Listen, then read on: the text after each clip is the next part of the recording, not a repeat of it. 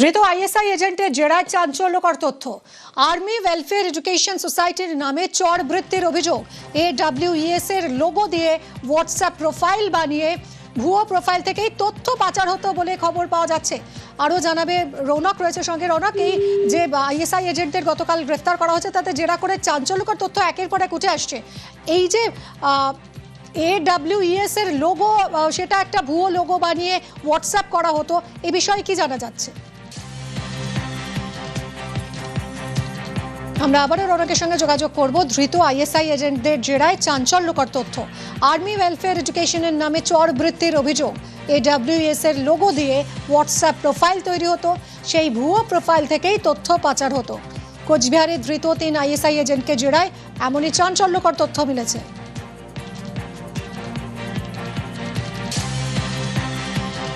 আর কি জানা যাচ্ছে? রৌনক রয়েছে সঙ্গে, আরো জানাবে রৌনক। দেখো, একেবারে সূত্র খবর, আর্মি ওয়েলফেয়ার এডুকেশন সোসাইটির নাম ব্যবহার করে এই চরবৃত্তি চলতো। কারণ এই ভিতর মধ্যে নাসির উদ্দিন নামে যাকে গ্রেফতার করা হয়েছে, এসটিএফ সূত্রে খবর, তিনি প্রায় 4টি সিম এখান থেকে তুলে বাংলাদেশের আইএসআই এজেন্টের হাতে পাঠিয়েছিলেন, যার নাম আকবর। সেরকমই একটি সিম এই army welfare education society profile দেখিয়ে এবং তার নাম ব্যবহার করে এই যে আর্মির একটি প্রতিষ্ঠান, সেই প্রতিষ্ঠানকে ঢাল করেই কিন্তু পেছনেরা এই চরবৃত্তি চালাতো। বিভিন্ন সেনা আধিকারিক থেকে শুরু করে বা কোনো মানুষকে ভয় দেখিয়ে প্রলোভনে ফেলার যে ফাঁদ, সেই ফাঁদ আটার জন্য একটা অভিনব পন্থা এরা কিন্তু শুরু করেছিল। এরকম ভাবেই এই আর্মি ওয়েলফেয়ার এডুকেশন সোসাইটির তাদের নাম ব্যবহার করে, তাদের ছবি ব্যবহার করে দিনের পর দিন ফোন করা, হানি ট্র্যাপ ফেলার মতো যে চক্রান্ত, সেই চক্রান্ত কিন্তু ফাঁদ গুপ্তচরা চালাতো। এবং এই সিম কোচবিহার সংলগ্ন এলাকা থেকে সংগ্রহ করেই বাংলাদেশের আইএসআই এজেন্টের হাতে পৌঁছে দেয় নাসির উদ্দিন। ধন্যবাদ রৌনক।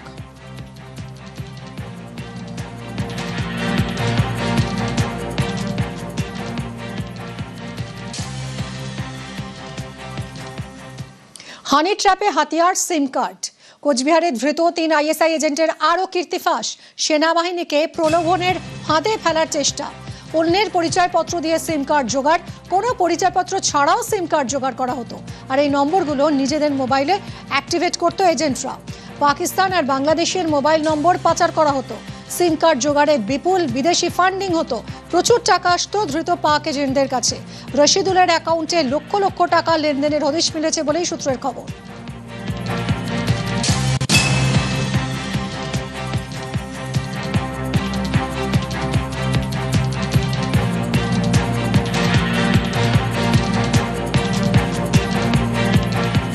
আজকে 15 বছর ধরে যে সরকার জঙ্গিদেরকে আশকারা দিয়েছে, বারবার টেররিজম করেছে অন্য রাজ্যে গিয়ে, গুজরাট, মহারাষ্ট্রে, এবং তারা বলেছে আমরা তো বেঙ্গল দিয়ে এসেছি। সুতরাং সেই একই পুলিশ যারা আজকে 24 ঘন্টাও যায় না তারা খুনি, রেপিস্ট, টেররিস্টদের ধরে নিচ্ছে, আজকে সেই সময় সেই একই পুলিশকে কাজ করতে দেওয়া হয়নি। এই বর্ডার এলাকা থেকে যে পাওয়া যাচ্ছে, এরা বুঝতে পারছে যে এই সরকার তাদের কোনো আশ্রয় দেবে না, তাদের কমপ্লিটলি এগেনস্টে। সুতরাং তারা তো আর রাতারাতি ভালো মানুষ হয়ে যাবে না। স্পেশালি বর্ডার ডিস্ট্রিক্টে যেখান থেকে ঢুকে বসে আছে অলরেডি। এখন তো বর্ডার এরিয়ায় আগে মমতা ব্যানার্জির সরকার জমি অবধি দেয়নি, ফেন্সিং করতেই দেয়নি, যাতে এই লোকগুলো ঢুকতে পারে, টেররিস্টগুলো ঢুকতে পারে। এখন তো ঢুকতে পারবে না। যারা ঢুকে রয়েছে অলরেডি, তারা এই স্লিপার সেলগুলো তৈরি করছে এবং ডিস্টেবিলাইজ করার চেষ্টা করছে। কোচবিহারে গ্রেফতার 3 আইএসআই এজেন্ট।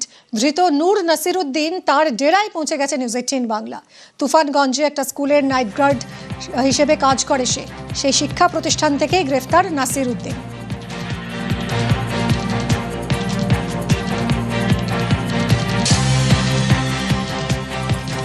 না না না, আমরা এগুলো কিছু জানি না। আমি জানি আমার বর সিকিউরিটি কাজে করে, আর আমি এগুলো কিছু জানি না। ওনারা কয়টা মোবাইল ব্যবহার করতো? একটা মোবাইল এই ব্যবহার করতো, সিম একটাই। বাড়ি থেকে লোকজন আসতো বাড়িতে? কোনো না না না না, মিথ্যে ফাঁসানো হচ্ছে আমার হাজব্যান্ডকে। রাজ্যে অনুপ্রবেশে জিরো টলারেন্স। মুর্শিদাবাদের লালগোলার পীরতলা থেকে 2 বাংলাদেশি নাগরিক গ্রেফতার। ধৃতরা বাংলাদেশের রাজশাহীর বাসিন্দা। চেন্নাই থেকে রাজমিস্ত্রির কাজ করে বাংলাদেশে ফেরার পথে গ্রেফতার। সূত্রের খবর, বাংলাদেশিদের কাছ থেকে ভারতে ঢোকার কোনো বৈধ নথি পাওয়া যায়নি। 6 মাস আগে বৈধ নথি ছাড়াই ভারতে ঢোকার অভিযোগ। 2 বাংলাদেশির বিরুদ্ধে নির্দিষ্ট ধারায় মামলা রুজু করেছে পুলিশ।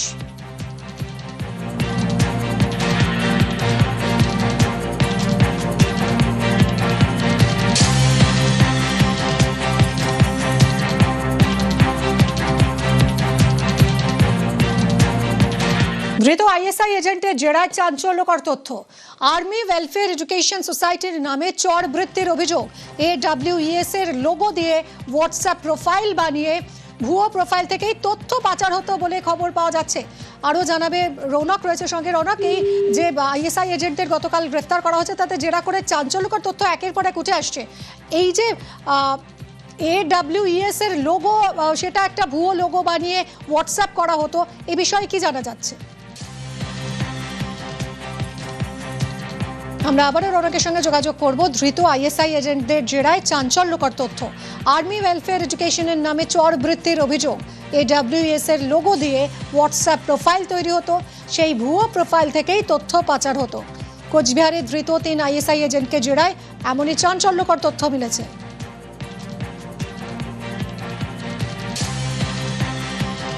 আর কি জানা যাচ্ছে? রৌনক রয়েছে সঙ্গে, আরো জানাবে রৌনক।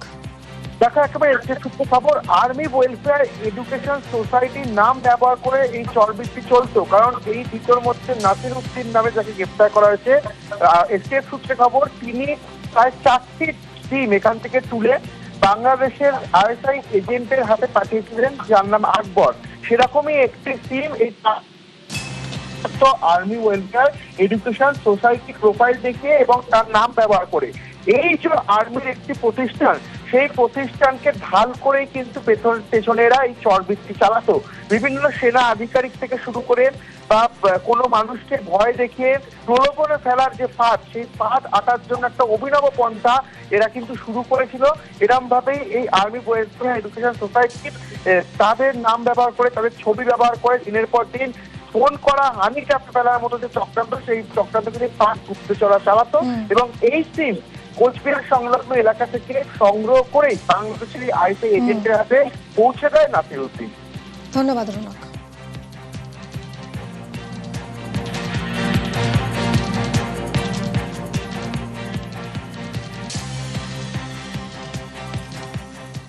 হানি ট্র্যাপে হাতিয়ার সিম কার্ড। কোচবিহারে ধৃত 3 আইএসআই এজেন্টের আরও কীর্তিফাস। সেনাবাহিনীকে প্রলোভনের ফাঁদে ফেলার চেষ্টা। অন্যের পরিচয়পত্র দিয়ে সিম কার্ড জোগাড়, কোনো পরিচয়পত্র ছাড়াও সিম কার্ড জোগাড় করা হতো। আর এই নম্বরগুলো নিজেদের মোবাইলে অ্যাক্টিভেট করতো এজেন্টরা। পাকিস্তান আর বাংলাদেশের মোবাইল নম্বর পাচার করা হতো। সিম কার্ড জোগাড়ে বিপুল বিদেশি ফান্ডিং হতো। প্রচুর টাকা আসতো ধৃত পাক এজেন্টদের কাছে। রশিদুলের অ্যাকাউন্টে লক্ষ লক্ষ টাকা লেনদেনের হদিশ মিলেছে বলেই সূত্রের খবর।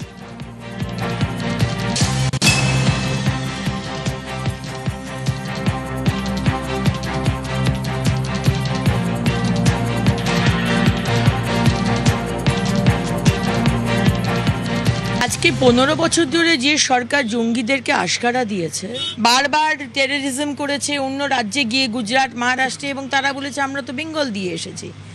সুতরাং সেই একই পুলিশ যারা আজকে 24 ঘন্টাও যায় না তারা খুনি, রেপিস্ট, টেররিস্টদের ধরে নিচ্ছে, আজকে সেই সময় সেই একই পুলিশকে কাজ করতে দেওয়া হয়নি। এই বর্ডার এলাকা থেকে যে পাওয়া যাচ্ছে, এরা বুঝতে পারছে যে এই সরকার তাদের কোনো আশ্রয় দেবে না, তাদের কমপ্লিটলি এগেনস্টে। সুতরাং তারা তো আর রাতারাতি ভালো মানুষ হয়ে যাবে না।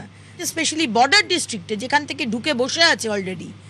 এখন তো বর্ডার এরিয়ায় আগে মমতা ব্যানার্জির সরকার জমি অবধি দেয়নি, ফেন্সিং করতেই দেয়নি, যাতে এই লোকগুলো ঢুকতে পারে, টেররিস্টগুলো ঢুকতে পারে। এখন তো ঢুকতে পারবে না। যারা ঢুকে রয়েছে অলরেডি, তারা এই স্লিপার সেলগুলো তৈরি করছে এবং ডিস্টেবিলাইজ করার চেষ্টা করছে। কোচবিহারে গ্রেফতার 3 আইএসআই এজেন্ট। ধৃত নূর নাসির উদ্দিন তার ডেরায় পৌঁছে গেছে নিউজ 18 বাংলা। তুফানগঞ্জে একটা স্কুলের নাইট গার্ড হিসেবে কাজ করে সে। সেই শিক্ষা প্রতিষ্ঠান থেকেই গ্রেফতার নাসির উদ্দিন।